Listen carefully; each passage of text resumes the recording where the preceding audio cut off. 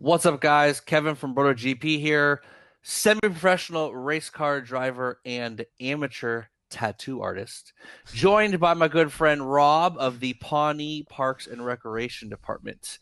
And tonight we are gathering on this rainy Northern California Sunday evening. Rob is in San Diego, so chances are it's super perfect because it is all of the time. It was To 68 discuss degrees. 68 degrees, it's a balmy 68 degrees in San Diego, uh, Wales, vagina, the German, of course, to discuss the legendary or not so legendary status of Dani Pedrosa, which my thesis would depend on whether you speak English or not. That being said, we are BrotoGP, and welcome.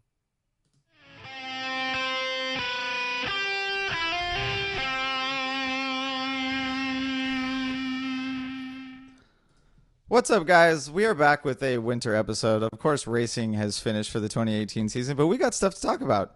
So this podcast episode, of course, is brought to you by Riders Law. They're your California motorcycle accident injury lawyers. If at any time you feel like you're getting screwed over by your insurance, you have an injury that you need some help taken care of, you just need any legal representation, any help for a motorcycle accident of any kind. Actually, even one of my buddies got into a bicycle accident, and Riders Law helped him out. If you need legal help, legal what's the word? Assistant. Assistance. Thank you, Kev. Please give Riders Law a call. That's Riders Law spelled with a Z in the middle. So riderslaw.com is the website that you want to venture to. Their website is up. They have their phone number there. Please give them a call and they will take care of you. Also, super big shout out to whoever bought the domain name for Writers Law with a Z.com, spelled wholly as in Writers Law ANDWITHZ, which links directly to Andre Iannone's Instagram profile. You're my hero and I love you. Didn't they also purchase Riders Law with a Z.co.uk? Writers Law with a Z, I believe they Oh. also purchased. Oh, that's right. That's right. Oh man, yeah, our fans are amazing. Thank you, thank you Yes. so much for doing that. That's interesting that he did bike because I may have a potential insurance issue that needs to be dealt with. The reason we didn't record last week and had this on a Sunday night is my car was hit by someone in a parking garage who then fled the scene and it's totaled. And State Farm is attempting to say that potentially uninsured motorists don't cover it because we don't know if they were insured or not because they fled the scene. So State Farm can get fisted for all I care. And I may need to talk to lawyer Rob or Cy at Writers Law with a Z and figure out what the fuck is going on because I have to go buy a new car tomorrow. Wasn't the driver's side window broken too?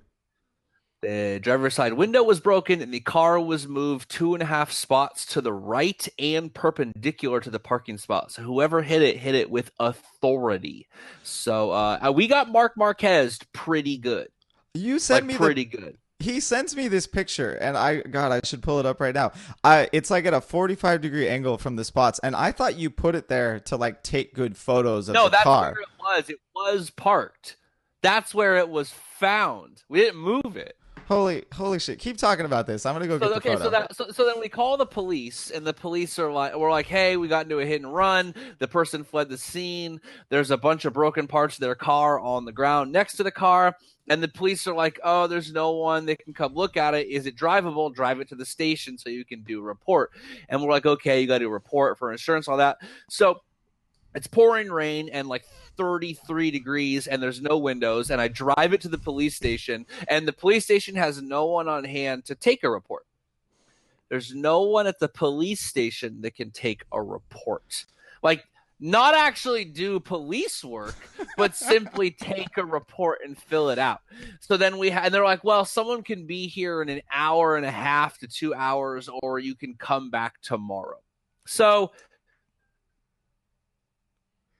we end up getting to fill out ourselves, which is dope. I'm glad I pay taxes. And then I have to drive it home because it's in a different city from where we're at in the pouring rain with no windows, just like bundled up in like my flannel, and I'm like, driving it thing like, it's just like the car is fucked. We got to go buy a new car. We're going to use that sweet YouTube money to put a $52 down payment on a car. We're actually pretty much at like the first payout limit of $100. So yes, you're going to get about exactly $52. Woo! So it was awesome. So you could tell it was a good day to start. It was good to start Friday night. That's definitely how I want to start my Friday night, with having to buy a new car and have a totaled car and have not exactly sure what I'm going to do with it. I had no idea. I really assumed that you moved the car for the photo, but No, it no, was I'm it was showing that's everyone where right it here. was. How the Sweet. who the fuck, like, they take their big like F-250 or something and just They push ran. this little car around? They had to have hit the brake gas instead of the brakes and just destroyed the car. I mean, the pictures don't even do it justice. It's so fucked up. And the best part was I had to drive it home, but the whole seat is covered in glass. But like, I don't know how to clean it off, so I'm just sitting on glass. Oh, I shouldn't laugh, Kev. No, I feel bad. All right, let's man, that's how it is. So, anyways, let's get back to the topic at hand here.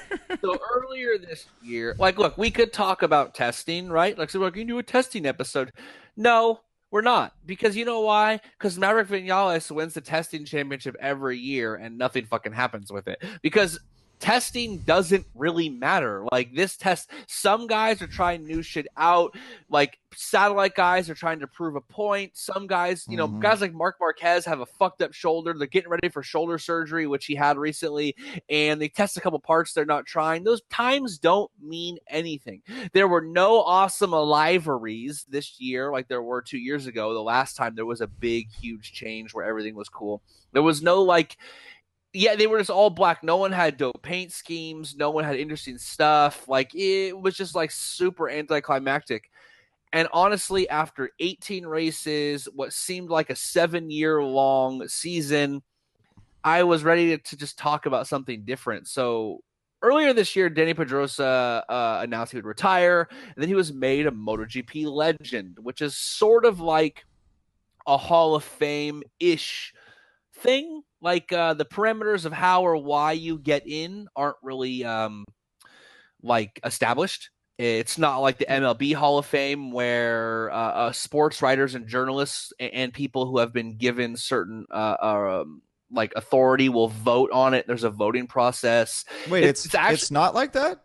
It's not this. No, you don't like. No, like, if you go to the MLB, if you're in the Baseball Hall of Fame, there's like voting that happens. Like, that's why they refer to he's a first ballot Hall of Famer. That's why there's now like tiers of Hall of Fame. Like, you always hear that, like, oh, so and so is a first ballot Hall of Famer, but then like, you see different guys who get in on third, fourth, fifth times they can get in. Sometimes no one gets in.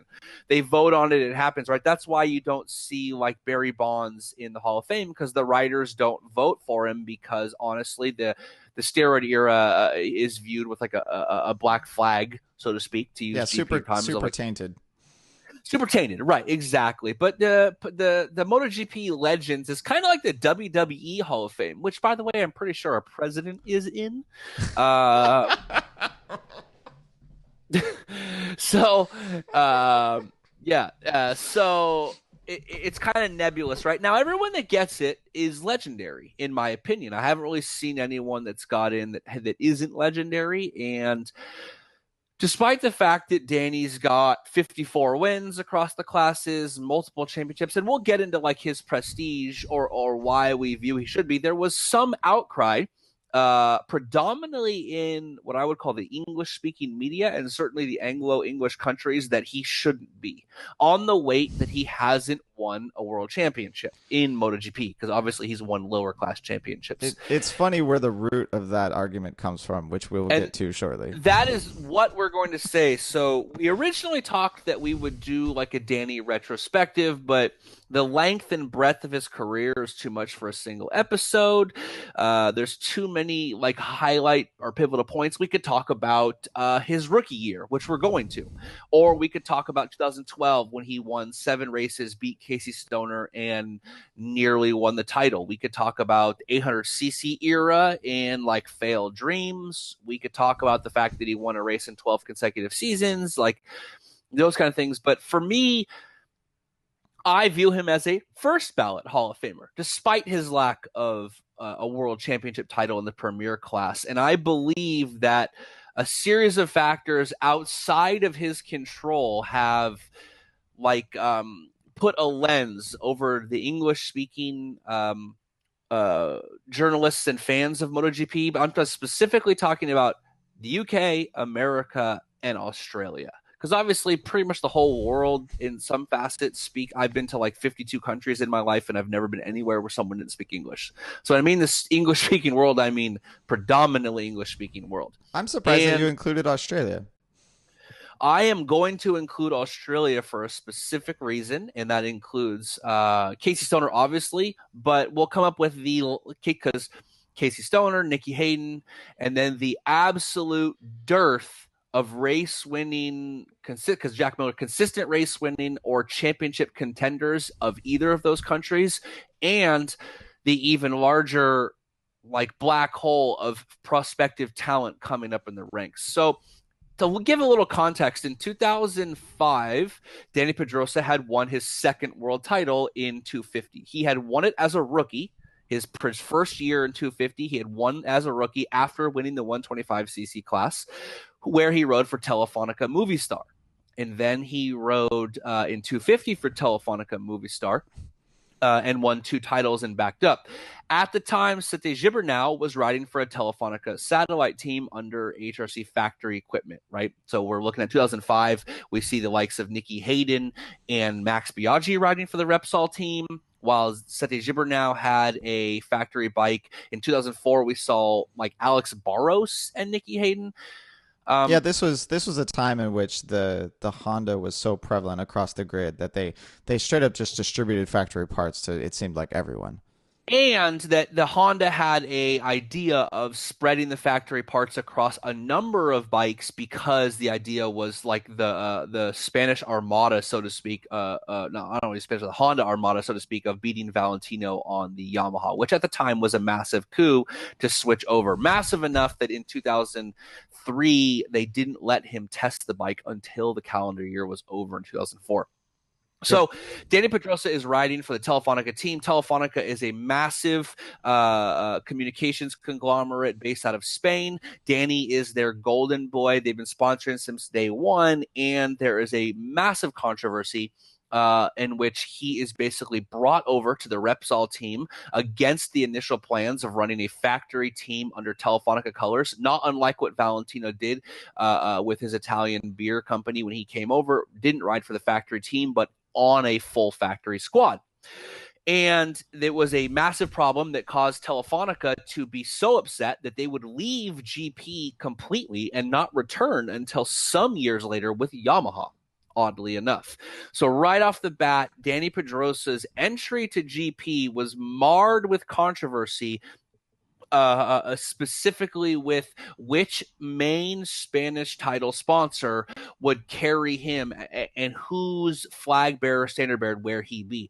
We have to remember that in 2018, we view Spanish champions of Spanish dominance as like omnipresent. It's normal. It's part of GP. It's expected. But we have to remember that when Dorna bought it, GP had been for a long time run by American and Australian riders. Freddie Spencer's, your Wayne Gardner's, your Mick Doohan's, right? So you're talking about Anglos. I don't want to say English speaking specifically, but you're talking about a culture of flat track based riding that would come in and that would rule the roost for a long time. Alex Crivier had won the title and had subsequently retired due to epileptic issues that caused him to basically not be medically cleared to ride, which is actually an interesting story on its own, especially his lack of ability to accept that and his openness to talk about the fact that he felt like his life was robbed from him. So Dani Pedrosa is coming in as the hot shot Spanish, the great white hope, so to speak, of Spain, and at a time which Spain had not run dominance. So he is initially with this massive controversy where a title sponsor from outside the industry would leave the whole championship because of this and not come back. So he's riddled with this off. Now, this has nothing to do with Danny. He doesn't really decide this stuff. He signs an HRC contract, and then what are you going to turn that down? Alex Barros didn't turn it down, ended up getting sued by his former employer. And Andrea Dovizioso sued to keep his factory Honda contract and won. So this is not something that you successfully. Yeah. So it's not something you let go lightly. So right off the bat, 2006, you see this. Now, we have to remember that there's a number of other factors that are coming into play. Not only is this fight between Spanish title sponsors letting us know like what's going on, but this idea of a manufactured champion starts to happen. He's Danny Bott. He's the manufactured rider. John Hopkins, American rider, is on record. I remember reading in a Road Racer X magazine, which was a great magazine back in the day, about how the whole 800cc change was so the tiny European riders could win.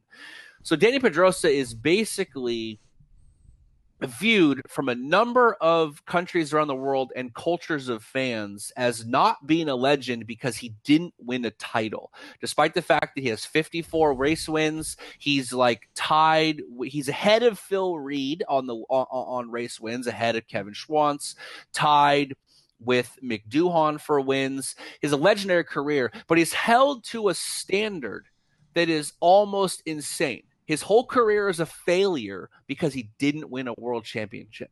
He's a failure because he didn't win. Like, that's a crazy thing to think about. And to think about why that is, we have to look at some other factors in 2006. So in 2006, it comes on, and if you look in preseason testing, who is the number one threat according to the reigning champion Valentino Rossi, who's now a 5-time winner and looks untouchable? It's not Nicky Hayden, much to the chagrin of the American audience, who is seen him now win and it's ready to take the next step on the factory bike. It's Dani Pedrosa, the tiny little rookie. And what is one of the biggest complaints against him before the fact that he was really small was it's an advantage. He was instantly derided as he's a midget. He's too small. He's too weak and too small to wrestle these big bikes around, because at this time period, MotoGP bikes were smoke in the rear, backing it in like you were a cowboy if you rode this. And these, even though Valentino was winning, he was larger than life and he was bigger than nationalities, or he's bigger than GP for most of his career. Only really now not. Well, and for the public, right? We didn't have all these conversations about traction control and engine braking and wheelie control and that stuff. Teams were classically using those control strategies already, but it wasn't public facing knowledge, and it wasn't nearly as advanced as it is today, or even in say the 800cc era. Right, exactly. So and Danny is derided as, you're too small, you're too weak, you're too much of a midget. So he's viewed as this manufactured guy who's ascended, given special privilege, straight to the factory, despite Repsol wants you so bad that they're going to ruin a relationship with an outside the industry sponsor for the sake of this. And what does he do? He gets second in his first race. So shots fired. He is clearly, as you know, this is a race where I believe Valentino got 14th after getting knocked off the bike, or I can't remember. It was a crazy beginning. 2006 in general was insane, but that year the opening season was pretty crazy. And he gets second. So instantly it's okay. We expect this guy to win a championship. He's really good. He's given every opportunity. That's the key thing. He is given excuse me, I have fighting off a little bit of a cold because I drove the car home in 30-degree weather in the rain with no windows. Uphill both ways, right? Uphill both ways in the snow. So Danny gets second in his first race, which should be a legendary thing, right? That's not really something you're supposed to do, get second in your first race. You know, Max Biaggi famously won his first race and also won his first World Superbike race, which is a kind of a cool record that'll probably never get broken. But instantly we are conditioned to view Danny as an assumed champion, an automatic title threat, assumed champion. So at the same time that this is happening, Nicky Hayden is struggling. He wins the race and does well, but in 2006 we find out he's riding what they call the Bruno bike, which was like basically a prototype towards what the 800cc would be. We find out that the root of a lot of what Nicky was complaining about, which apparently he wasn't being listened to, was a clutch issue that was basically hidden by a Japanese test rider that didn't want to rock the boat and tell them like you have a systemic flaw in your clutch, which they ended up. This is all kind of like off the top of my head because I've been watching this shit since 1998. I mean, So I heard rumors that Nicky was riding less than a 990cc engine many people long thought before this, right? Yeah, long before the following year. Right, exactly. So the idea being that Nicky, who is clearly the number one rider, who should be, is taking a back seat to this champion that they're basically trying to force to happen. Kind of like the shit that we've said about Marquez now. Not so upfront back then, but many people thought that. But this is kind of an existential crisis for much of what you look into in that time period for Australia, for the UK, and for America, which is Spain is investing heavily in the future. They own the series, the CEV series. They are investing. They have sponsors that are bringing people up from the from national series to the 125s to 250s. They're bringing this up, and they're bringing up a new series of riders. You look at you look at the size of the riders, Tony Lias, Marco Melandri, who obviously isn't Spanish, but along the same size. Honda had what they called the New Era rider, which was a much smaller rider, and they were basically trying to build bikes around tiny people. And it was kind of this idea. Yeah, Dani was the first. Like He was the first, but he was part of a larger group. Yeah, I'm really like I'd never really considered before that all of that actually started even before he was in GP with Telefonica. Like the fact that two large sponsors like Repsol and Telefonica would go head to head to fight for a single rider is just is shocking. Like would anyone do that now? Maybe someone would do that now over Marquez, but it seems like riders have easily chosen sides, and or they just take what they can get. And yet here the Spanish media and the Spanish oil giant are going after the rider that they're trying to build to be the next world champion for Spain. Right. There's a reason that when they came back, they went to Yamaha with Valentino. Like that was specific. They could have gone to lots of other bikes. That was, they could have sponsored Suzuki, whoever. But there's a reason they went with the antithesis of Honda and Spain. So back what I was saying. So when we look at, we see the difference between how Nicky is treated and how Dani is treated. And for many people, this is kind of like the existential moment where they see, really outside of Ben Spies, there's no one really around. The Bostrom brothers at the time are doing okay in Superbike, but it's nothing crazy. Ben has since come back to AMA after a successful jaunt with Ducati in World Superbike. And you also look at who his major rival was at the time. And at the time, you saw Casey Stoner, who had sort of chronically never ridden quite as good of a bike, and many people kind of viewed his genius right away. In 250s, his bikes were never quite as good, and then when Casey Stoner comes to GP, even though many people recognize his genius, and you only have to look up his near win, I believe, in Istanbul, and where he had a pole position. Don't quote me on that. This is more nebulous, but yeah, Rob can look it up. But what does he have? He's got a brand new satellite team on like a third tier Honda, and you see these moments of genius. So there's this other moment where you see Casey Stoner is doing well, but isn't getting treated the right way. He's not getting the same level of spec. He doesn't have the same level of sponsors. We don't have sponsors fighting over him. And Casey Stoner goes through the more traditional route of like a hotshot rookie. He's got moments of brilliance. He kind of crashes a lot. He gets a pole position. He gets some podiums. He doesn't win, but you see like the brilliance there. But there's resentment. And that's kind of like my whole thesis is that the reason that you see this kind of like resentment towards Danny is a number of reasons. One, he gets preferential treatment. Two, he represents a shape and body style that seems antithetical to what America and UK and Australia would consider a classical motorcycle rider, a tough out. He's not an outlaw, right? Danny is a corporate man through and through. He's not like a big, tough, gruff guy. He doesn't smoke crack like Freddie Spencer does. And I'm not even joking about that. That's like a thing that happened. Yeah, look up Freddie Spencer and his racing school if you want to know about that stuff.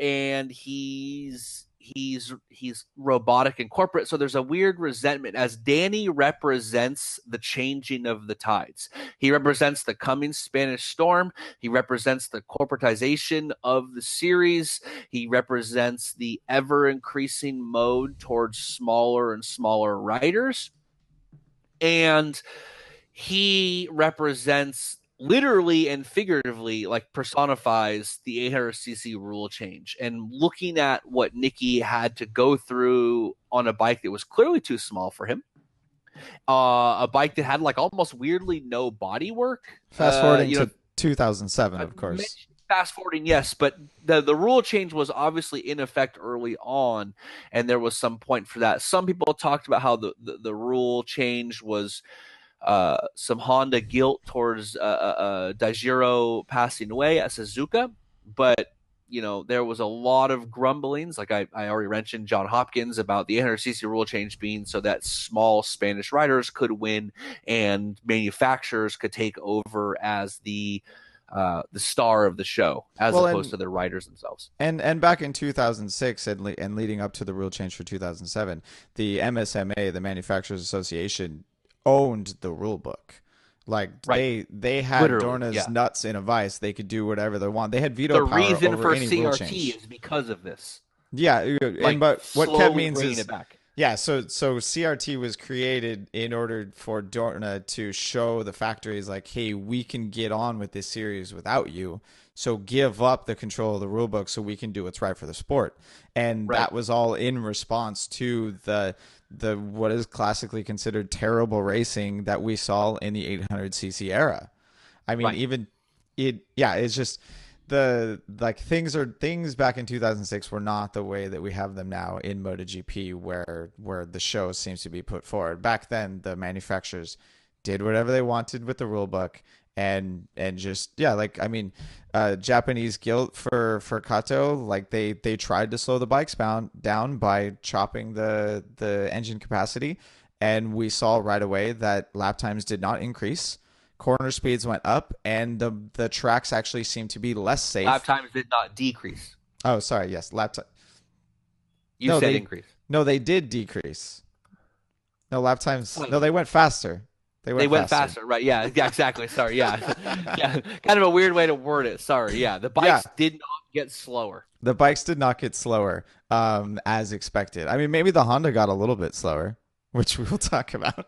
Right. So to bring it back to Danny for a second, we have to be reminded that as a rookie, he would get second in his first race and then win his fourth race, which would tie him for second youngest race winner on the list behind only Freddie Spencer.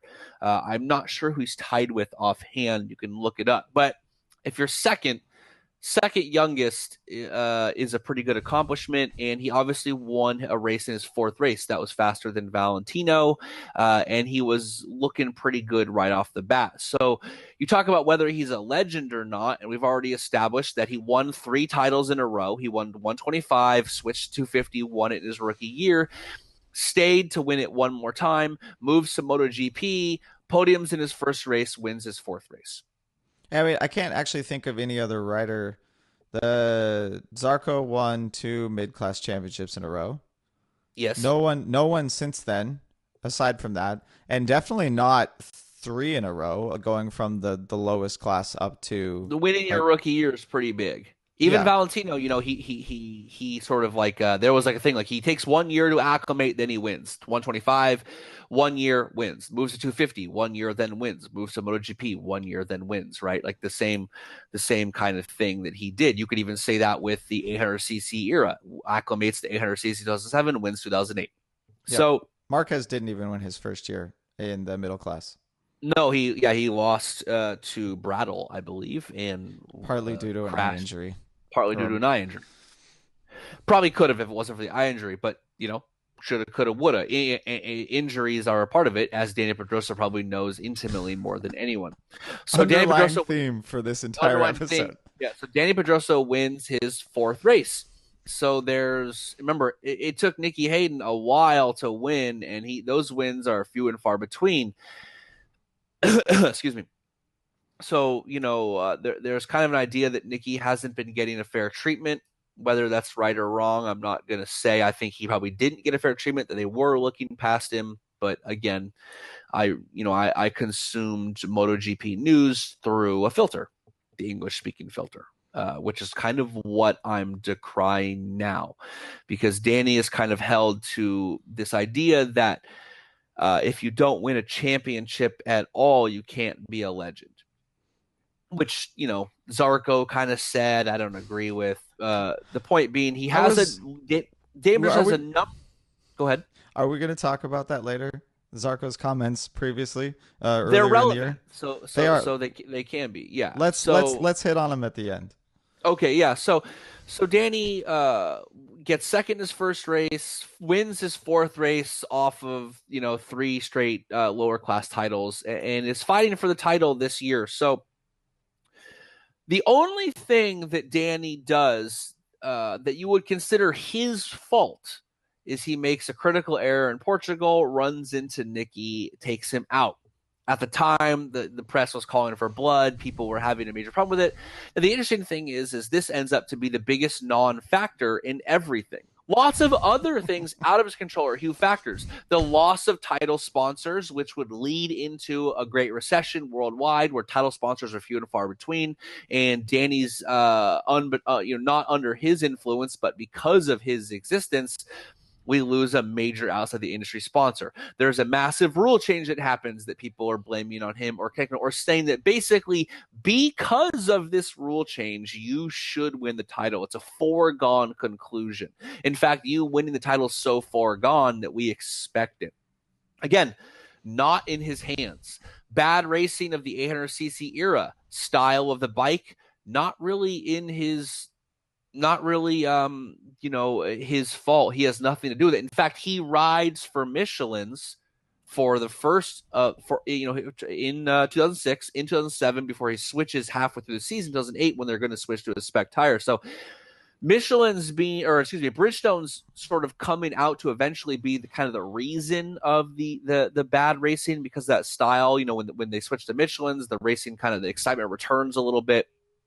Even more so when they go to 1000 cc's with Bridgestones and they switch to the Michelin's, things keep getting better. Again, not Danny's fault. The only thing you consider his fault, a dumb rookie mistake while he was still in the points and still potentially could win the title in his rookie season, and he is damn near crucified for this thing. At least from our point of view. At least from that point of view. I wonder what the Spanish tabloids, like what tone they had, like Motoclismo and stuff. Yeah, for all that. Obviously, I mean, we did not consume it at the time, and I have no idea. So actually, if anyone knows, drop us a message. What did the Spanish tabloids talk about when Danny took out Nicky Hayden at Estoril? I mean, it hurt both their title chances.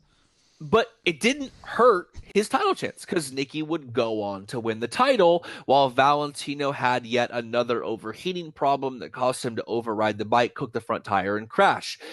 Problems that he had all year long. Overheating, the engine would lose power. The front tire, he had a chunked front tire at one point. Go ahead. No, you got it. Oh, you're like raising your hand. And so it didn't hurt Nicky's title chances at all. In fact, Nicky would win the title. Nicky would even say that Dani Pedrosa came to his trailer after the race. No media present, no cameras on it, all that shit like that. And they hashed out whatever they hashed out, and it wasn't really talked about much on what was said and what was done, because Nicky was kind of that kind of guy, right? He was like... And Danny's role at Valencia was also like very advantageous for Nicky Hayden to have a very solid race there and still be able to take the title, right? He essentially was the perfect teammate, pulled out in front, blocked for Nicky, made sure he kept him out of trouble, and did exactly what a number two rider would be of expect would it would be what did exactly what was expected of a number two rider in that situation. Right, exactly. So you look at what happened in 2006 and you see so people hold on in a weird way to that mistake, despite the fact that it was inconsequential and he rectified it. But the reason they hold on to it is because what Danny represented was a changing of the tides for the whole series. Spanish dominance, massive investment in lower classes and bringing riders up. Honda's change to focusing on a certain kind of rider and all of this. Meanwhile, America is not investing in its series. In fact, it was being kind of overtaken. At this point, America's series was ruled by an Australian who then would fight with Ben Spies for a while, but was basically, was dominated by one team, the Yoshimura Suzuki. You saw Australia have Chris Vermeulen in World Superbike, but other than Vermeulen and Stoner, no real investment in the class long term, and you see that now. There, other than Jack Miller, who kind of a flash, was a 120, or excuse me, was a Moto 3 rider, but you don't have this large term investment like you see. The Red Bull Rookies Cup in America completely disintegrated. The Honda Asia Talent Cup, despite the fact that Australian riders are, I suppose, eligible because the Oceania area is focused almost exclusively on Southeast Asia. And Danny is held to this unfair standard, in my opinion, where what he represents is people's anger that they are no longer being represented on the national stage in the way they could or should be. And part of that is when you grow up with the series being dominated by flat track riders with a particular style, which is granted super exciting, like the way the flat track riders rode, the 500cc bikes were amazing to watch. They were brutal. It was like riding a bucking bronco. It was violent. The guys were cowboys. They took no shit, that kind of stuff. And what you have is Danny is the smoothest glass 250cc get out in front and time trial it style wins. It is another example of representing a change that we don't like. And so like if human baby is born in a resource detriment environment, their metabolism is slow. So if you're like a mother and you have a baby and you have low resources, if your caloric intake is low, the baby's metabolism will actually be set sort of in that final month for how it will process calories, the homeostasis of its metabolism. And I guess what I'm saying here is that every expectation of Danny on what he should or shouldn't do and whether he should or shouldn't be a legend is totally predicated on how he was introduced to us, which was introduced through a sponsor controversy, introduced through an expectation to win the championship, introduced as the personification of the rule change, which would go on to be rules that were detrimental to the sport's entertainment and the sport's The sport as a whole. The sport as a whole, right? The development of the sport. It kind of feels like 800cc is just this dead time. People don't talk about that much. And excuse me. So, sorry. There are lots of parts of history that you tend not to talk about much, and I feel like if we're going with motorsport, yeah, the 800cc era for GP. Right, specifically, right? So Danny represents a change in riding style, a change in the rider itself, the change in how the rider presented themselves. Now again, Spanish speaking initial language. If I was trying to speak Spanish to television interviews, I would come off as super robotic too.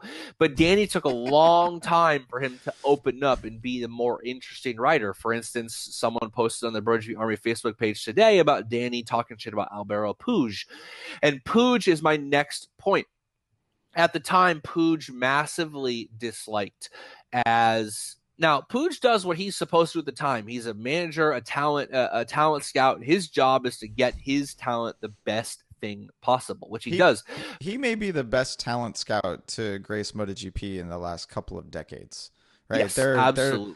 There's a photo floating around that I actually could not find with it's Puig surrounded by motorcycle racing, effectively children, and it's Dani Pedrosa, Chaz Davis, Casey Stoner, like a whole bunch of other world class racers, and Puig was the talent scout that found these kids and saw exactly what they were going to become later on in their career. Right, exactly. And he was kind of viewed as Danny's handler. You know what I mean? Yeah. Like almost, and again, in a negative light, but that was his job. But he was, let's just say, not soft about it. He was pretty much ready to talk shit about Nicky right off the bat. Again, sort of his job to look out for his paid talent, his number one rider, and who gets him the money. But he's certainly crass about it. And he kind of represents the idea that these riders are created, handled, manufactured, and brought up, which is, when we look at racing now, you see this influence pretty much everywhere but the United States and Australia. The Italian Federation started a team in Moto3. Valentino Rossi ends up taking over the VR46 Academy, and you look at the fruits of their labor. Spanish CEV is like the de facto minor leagues. If you can't get to CEV, it doesn't even really matter. You know what I mean? So you look at World Superbike is dominated by Brits, but all of the real, obviously the real talent, but all of the GP talent comes out of like that kind of pipeline.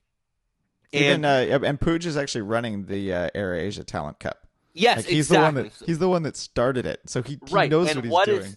What is he doing? He's starting the next phase of the change in that. It will not be long before we have the first Malaysian or first Indonesian race winner, and Puig is again heading up that. The charge. And he found the niche that would likely pay him a shit ton because they sell a lot of scooters and a lot of small motorcycles in those countries. In fact, it dwarfs the motorcycle sales that we see in the Western world by a large amount. And that's why there's been the push to Hafish's merchandise sales in, I can't give the exact numbers, but Kyle had messaged the numbers he sold just on Friday at Sepang are utterly they're Valentino level. They're likely. Valentino levels or stuff. higher. Yeah, exactly. I was bamboozled by the comment.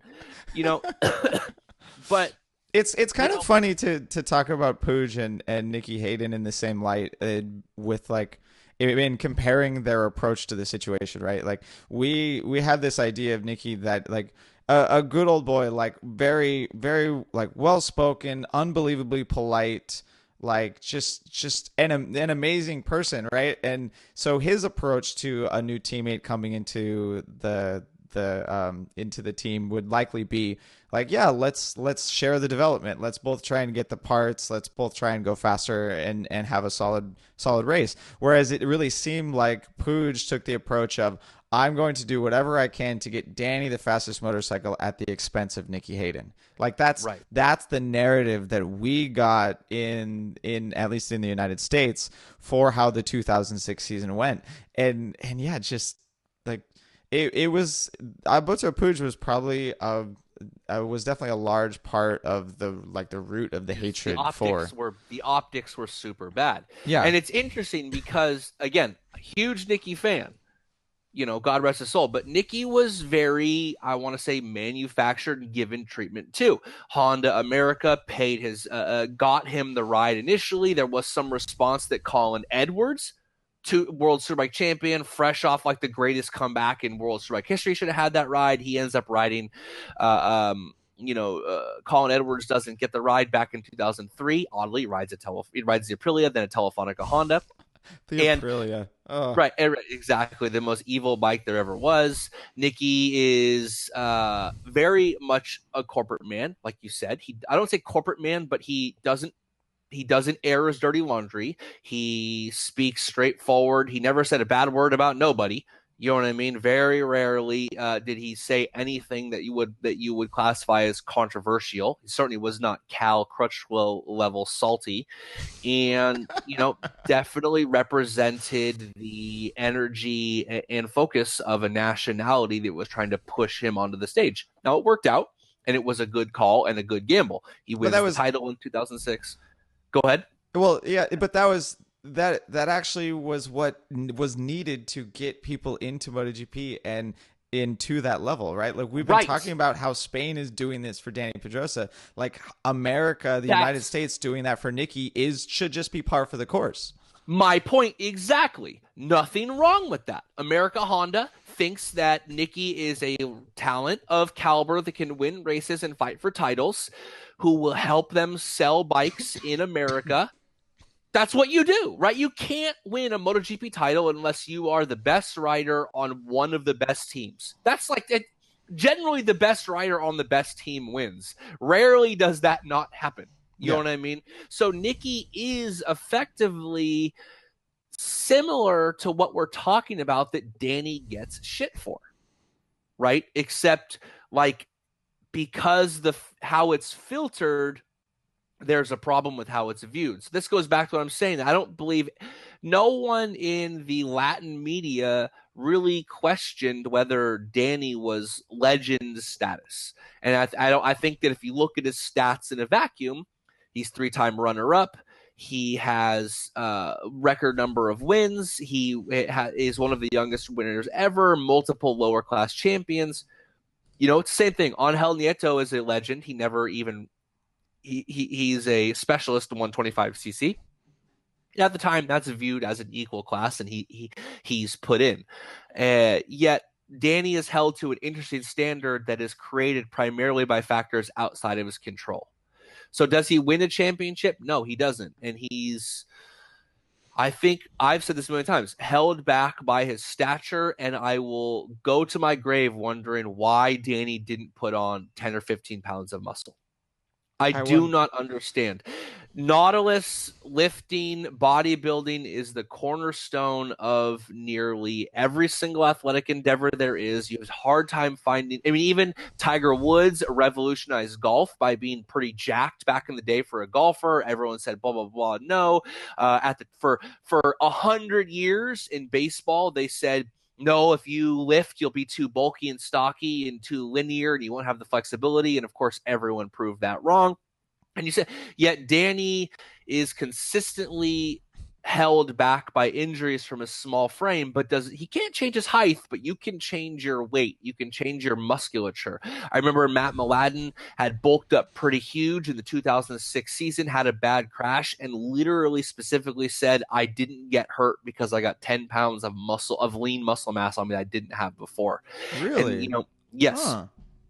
Huh. Mladen was jacked at the end of his career. He was lifting big, and and I remember talking to Ben and Eric Bostrom, guys that grew up not far from where I'm at right now, who are really avid climbers, good climbers too, like legit climbers, and talked about how the muscle mass that they gained from climbing, specifically in the shoulder regions and the lats, really helped protect their structure in racing and in crashes and all of that. So the idea that's always held me back, but Danny's held back from winning by injuries that are many times not his fault. Simoncelli crashes, causes a crash.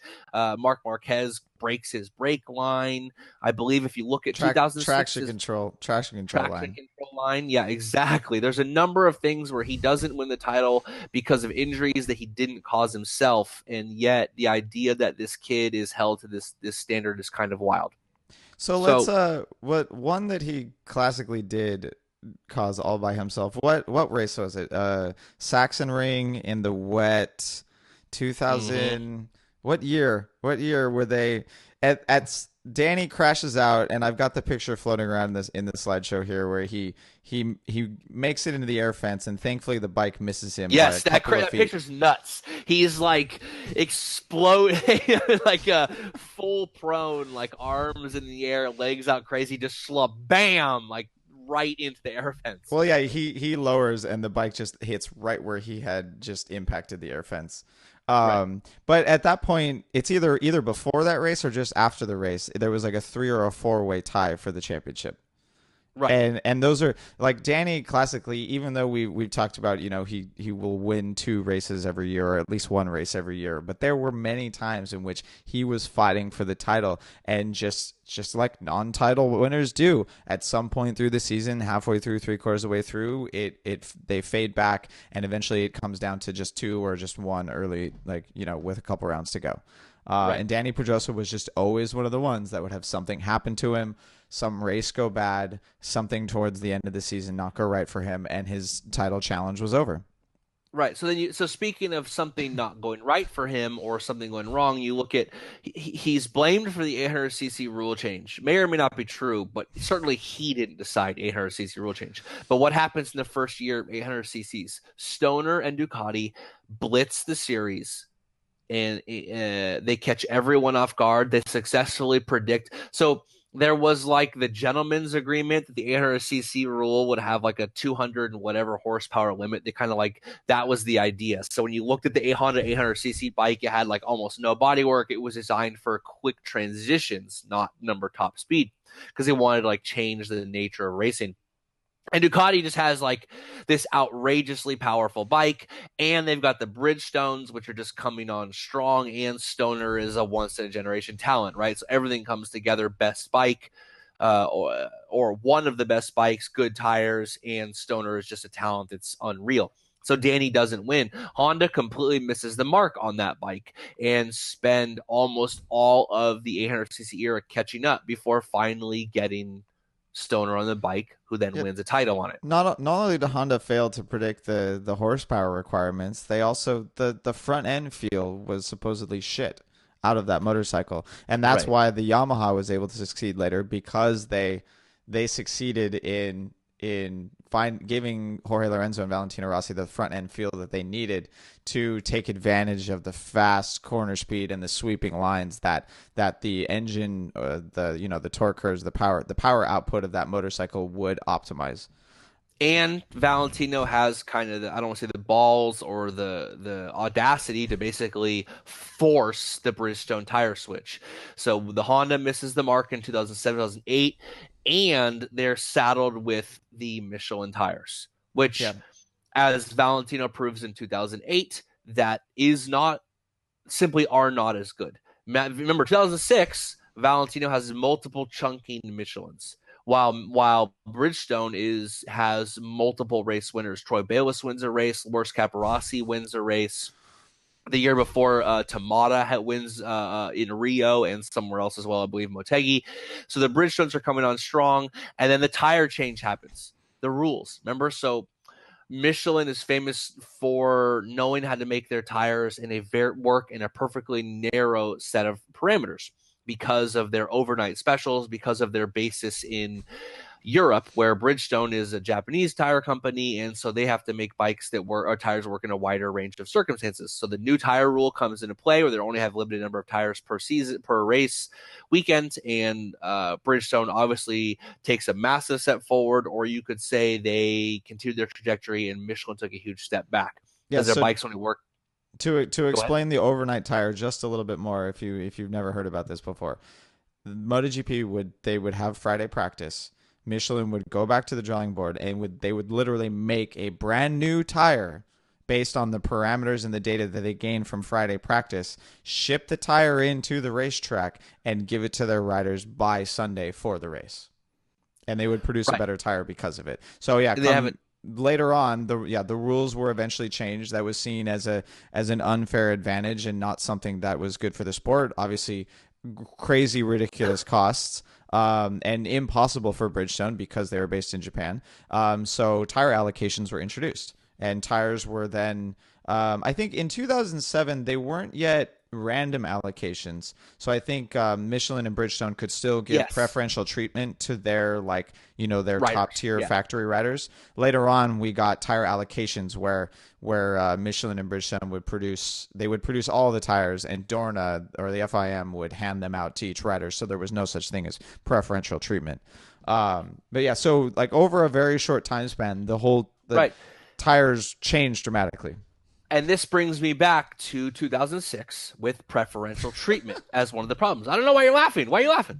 So Coming back around. Coming back around. coming back around. So we have a couple of examples. One, Pedrosa gets what we would call preferential treatment, or he's who they're investing in, right? If you want to view it in a different terms. And who isn't? Casey Stoner, who also is. Look what happens when in the same race where we saw catastrophe happen with Nicky Nat, who wins by running a Dani Pedrosa cast off, but Tony Elias in one of the most amazing A Michelin front tire. Dani Pedrosa Michelin. rejected an overnight tire, saying it wasn't as good.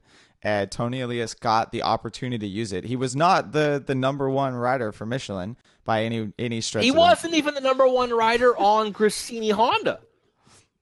Who is this? Marco Melandri. Marco Melandri. That's Melandri right. Yeah, Marco Melandri won the previous races. I think the last two races in 2005, he was their number one rider. He wins races in 2006.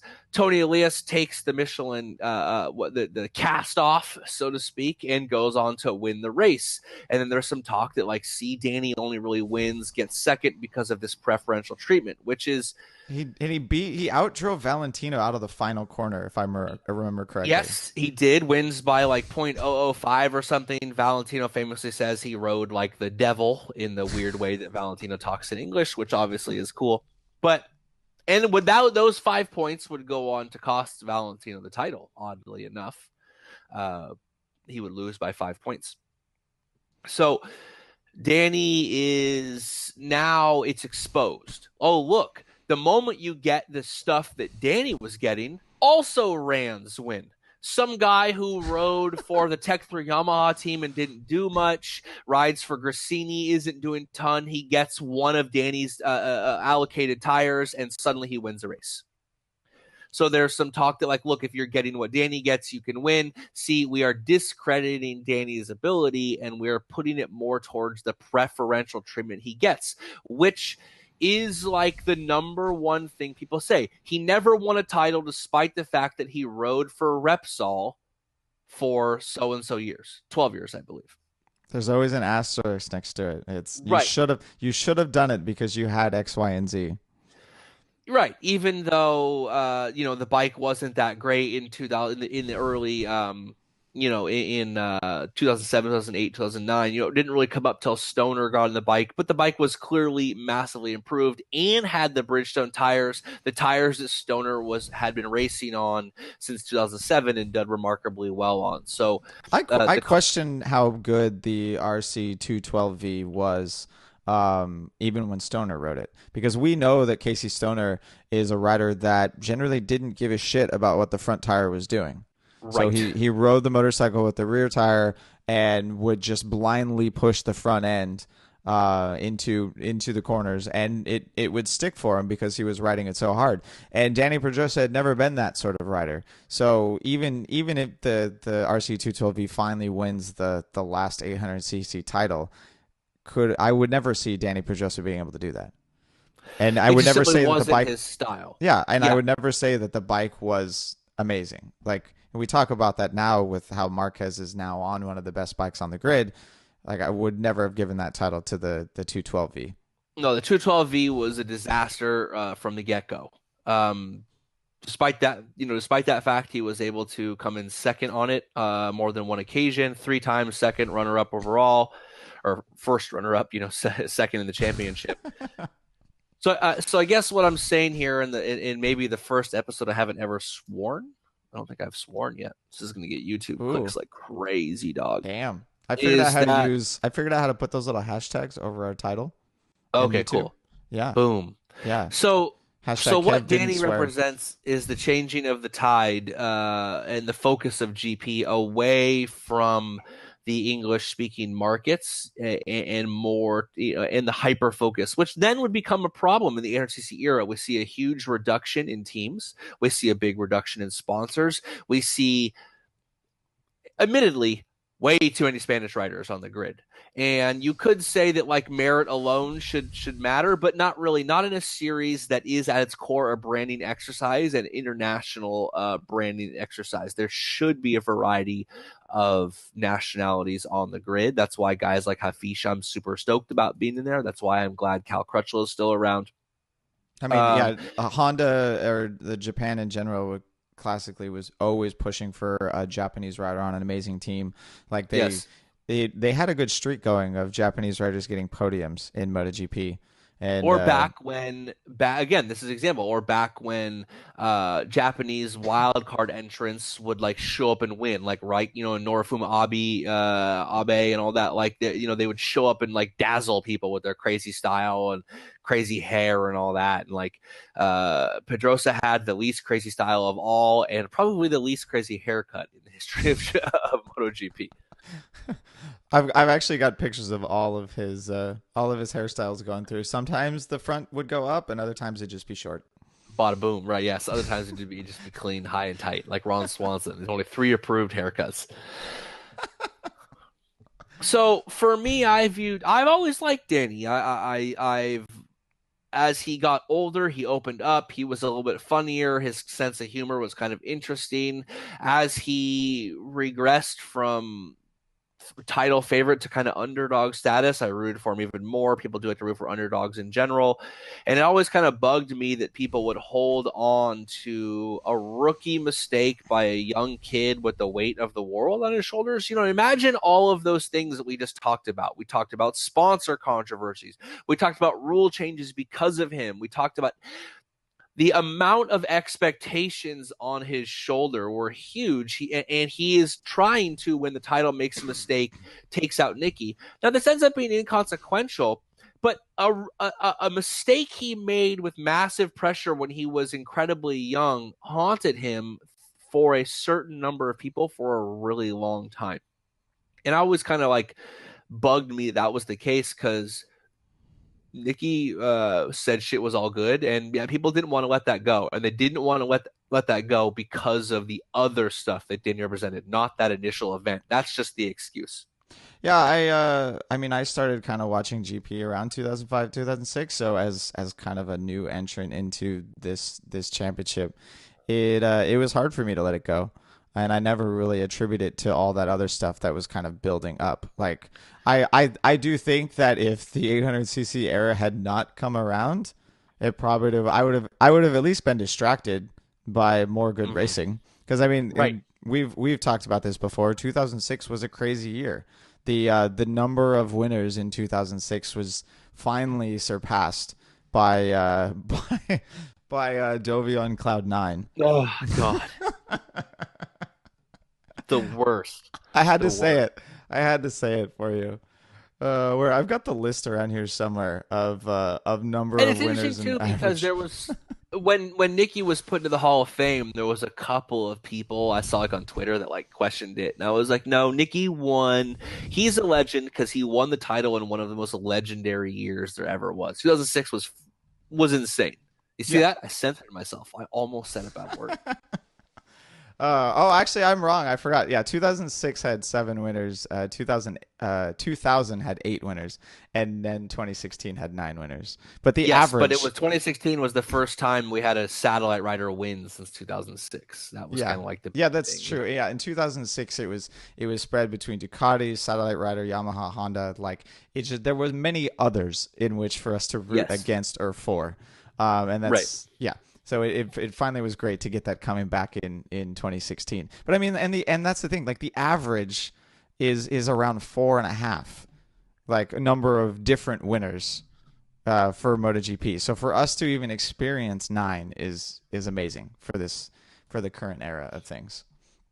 But Right. Yeah. So oh, go and ahead. wait, hold on. I guess the point I should have been making there. Where are all the 800cc years?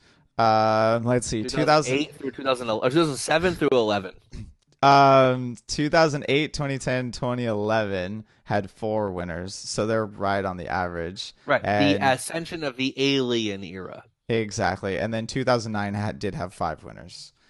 The alien, and again the alien era. And While Danny Pedrosa, 2009's winner, fifth winner, was Andre Dovizioso in the wet at Donington on a Mhm. Repsol bike. Yeah. So and I guess another point to add to your what can we blame on Danny Pedrosa may also be the alien era, because he was an alien for sure, and the first one that came in that was a part of the younger crowd of 250 style racers that were able to produce wins like that. I mean, yeah, Right. Casey Stoner as well. Valentino Rossi has managed to change his riding style to transform his 500cc in riding style into something that would work for the 800cc bikes, and did manage to win successfully on it. Like the only outlier from those aliens was Casey Stoner, because he rode the bike with the rear. Um, it's interesting to see that Danny Pedrosa was really the first that was the majority of the aliens, like the first one with that Yes. style. The first one with that style that really, and that was even when Stoner won. Yet he rode with the rear, but he still kind of won in that time trial style. Got Hmm. out in front, pound out laps. It was like the gentleman era, right? Like they didn't really like ride hard. Like that's like why everyone loved Mark Marquez when he first showed up. He like gave no fucks, right? Oh, there's my swear word. Damn you. He gave no fudges. Gosh darn. I And I don't remember Danny's first two wins, China and Donington. Did he pull away in 2006? Do you I don't remember? remember offhand, but that's how I know that he probably didn't, because no one really recalls exactly how. You know what I mean? Like we remember Mm. exactly how Tony Elias won his race. Riding crazy, drafting him at the or beating him, to the line out of the final turn, stuff like that. But so Danny is, yeah, he is the first of what happens with GP, which is it's just so not fun. Like God damn it. Stoner, Lorenzo, um, and Pedrosa with Valentino. Like you look in 2008, right? I believe in 2008 you had four winners in the first four races, which sounds crazy. And we're having these conversations on online forums. I'm like, how could you, like, when you look at it statistically, like four winners in the first four races, but like the worst way to win ever. So uninteresting, so like predetermined. A guy would get out in front, he would run it. Jorge would end up like capitalizing on this skill so much that it would become like, Jesus, someone beat him already, you know? Well, and I mean, like 2008 was still a banner year because we had the resurgence of Rossi after Casey won the title, and they're crazy duking it out at Laguna, right? Even though it was the beginning of the era that we're going to choose to forget, it it's it we can still remember some great races from that Right. season. If you remember, most of the great races involve Valentino in some way, Catalunya 2009, stuff like that, those last lap battles. Stoner did have, or Pedrosa did have a couple, but nothing in the way that people really recall. And I think that's partially because of the desire not to want to recall it.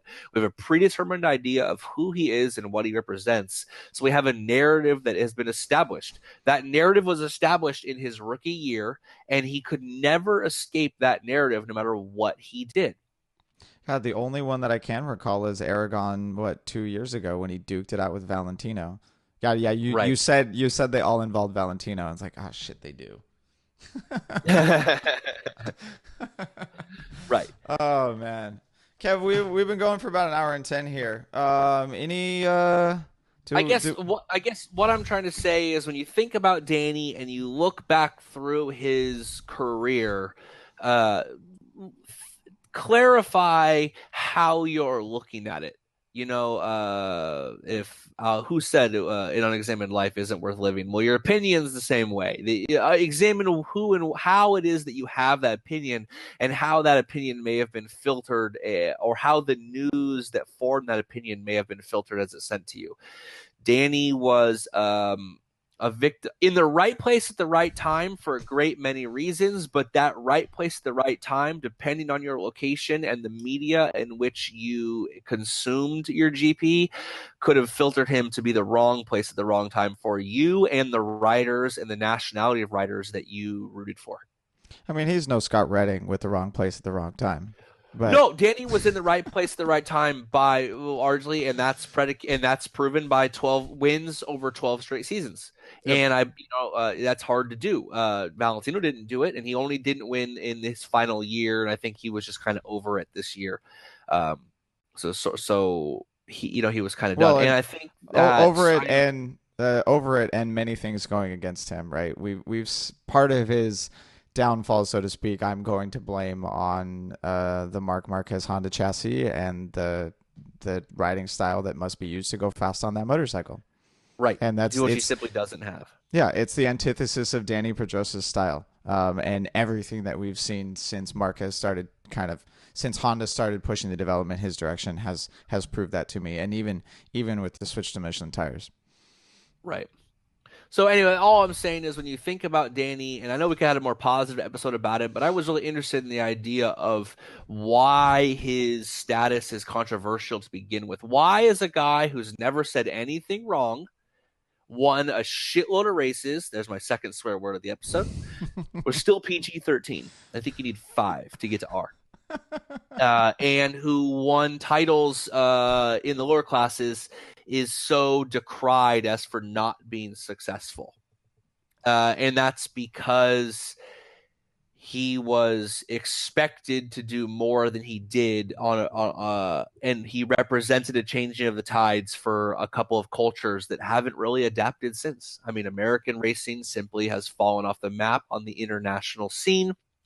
Outside of Jack Miller, there's very few, if any, Australian riders coming up, and Miller has been consistently saddled with machinery that's probably hindered his development, if you don't even prescribe to the idea that his development's been hindered on purpose. Ooh. And until now, you don't see any of that, like those coming up. Look at what's happened with England. You see a mass exodus of their riders. Cal Crutchlow was kind of the last remaining soldier.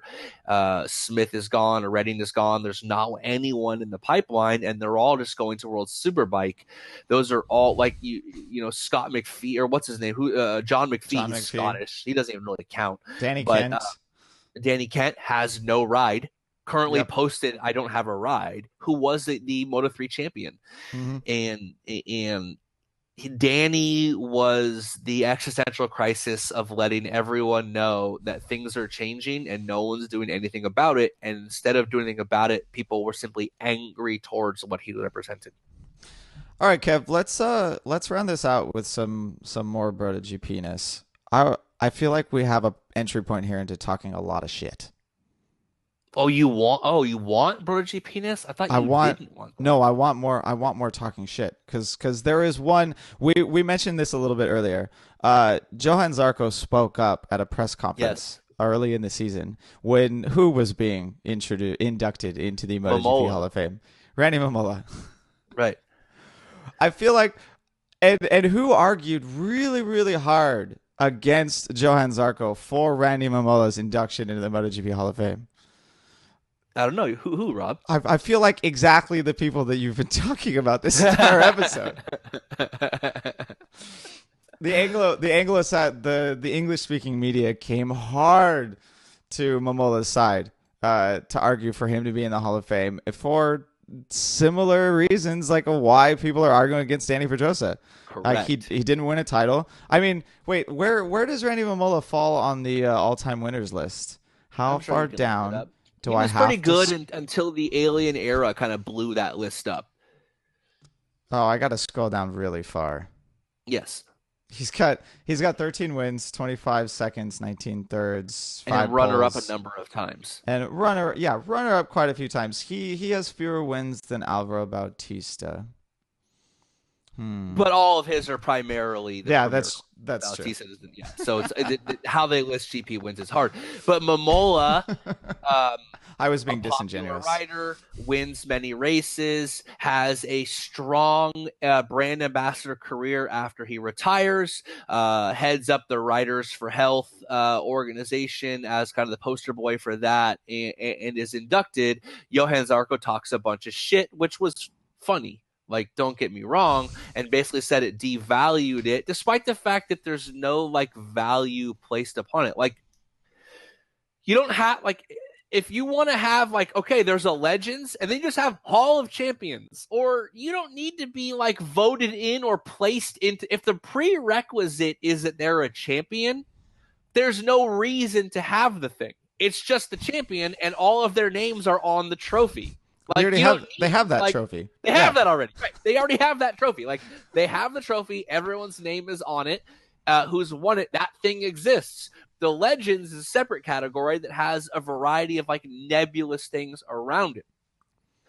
You know, you have to have been successful. You have to have done this. But Zarco is super duper salty. But it's interesting that you put it that way, that the people who come to the defense of why Momola should be in general, not to put straw man arguments here, but in general represent the same areas of fans who are upset that Dani is. It's an interesting... Because Momola was never considered the heir apparent, right? Momola was like the good old boy. You know, he was like a jokester, and he was never like on the number one bike and blah, blah, blah. So the asterisks... the added context to how to his wins is given more weight, whereas Dani's wins are devalued because it's assumed that you would win. And you look at the people, right? It's all about the expectation. It's really right. Happiness is expectation equaling reality or meeting reality. End scene.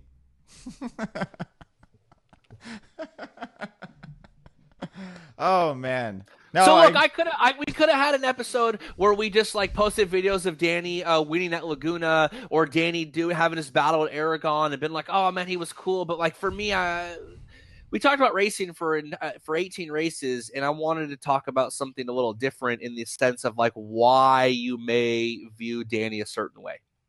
And for me, I think that there's a variety of reasons, and it's all predicated on things outside of his control in his rookie year that he could never escape. You know, the biggest, what is the worst thing for an athlete? Potential. You know what I mean? Like the heaviest thing that an athlete can lift is their own potential. That's like when you have a lot of potential or someone puts a lot of weight on you, it can really mess with you. And if you're an underdog that doesn't have the weight, not only is expectation not there, but the drive to prove people wrong is seriously powerful. And Dani never really had that, and the view of that he should have had that is one of the reasons why I think people discredit what he was able to accomplish. Because that's really what we're saying. If we say he's not a legend, we are discrediting being the second youngest winner. We're discrediting podiuming his first race, and we're discrediting the idea that he won 250C back to. I mean, people talk about Jack Miller like he's the next Jesus, and he didn't even win the Moto3 championship. You know what I mean? Like, people talk about all of these things. Like, people want to anoint Zarco based on a couple of podiums early in the season and 2 Moto2 titles. Like, Dani did far more than Zarco has ever accomplished and will ever accomplish. Yet for some reason, Zarco is viewed as like this big hope, or everyone puts their ideas on him, and Dani is like a pariah. Is that potential in Zarco, or is it just is it someone rooting for the underdog? It's desire for Zarco to dethrone the thing they don't like, which is the Spanish hegemony over the series. Yep, I can get with that. Yep. All right, everyone. Thanks for listening to this. It's the winter now. It's December. We might be able to record another episode here in December before Christmas and the New Year. I'm going to Mexico, Kev, just to let you know. So Mexico is like 5 blocks from Rob. So I just want to clarify. He acts like Rob can walk to Mexico. Like, not Reese Witherspoon on the Pacific Crest Trail. I mean, Rob could lightly jog to Mexico in a pair of flip-flops, and the flip-flops would still be intact. I mean, Reese Witherspoon started, like, pretty much right by my house. So, right. Yeah, on the Pacific Crest Trail. I actually know people that actually did do that. No, I'm flying. I'm flying from Mexico to Mexico. But because of that, who else? There's not going to be anyone here to record unless I'm going to Mexico. I'm gonna ride my bike to Mexico and then take a flight. He's not even flying internationally, people. That is a flight A domestic in the flight. same nation. It's a domestic flight. He is not flying international. It was so much cheaper to fly out of Tijuana than it was to. Exactly. He's gonna take a light jog to Tijuana, and then he's gonna fly somewhere. Oh man, but yes. So if you want to convince Kev on social media to do a monologue, even more Kev than you got in this episode, maybe something will get recorded and published. But if you don't, legendary episode of all time, the Kev versus alternate Kev argument. And if you haven't heard that one, please find it. It was. If you want to hear a guy argue with himself for an hour straight without breathing, find that episode. All right, everyone. And as you can hear, we fixed Kev's microphone, so things have been amazing this episode. But yeah, it's Sunday right now. I have no idea when I'm going to post this. It'll be sometime soon. Kev is grabbing his microphone and is showing you a really, really high chihuahua. It's pretty nutty. Go. It's what Rob's going to find in Tijuana. All right. Thanks for listening. Check out riderslaw.com if you need any legal help. If you're watching on YouTube, thank you for not hitting skip on the ads. And please give us a thumbs up if you like the video and leave a comment with anything that we about anything that we talked about, and tell all your friends. If you're on iTunes or Google Play or any other podcast platforms, thank you. Tell your friends. And we will catch you sometime soon, especially if there's something new to talk about. Peace.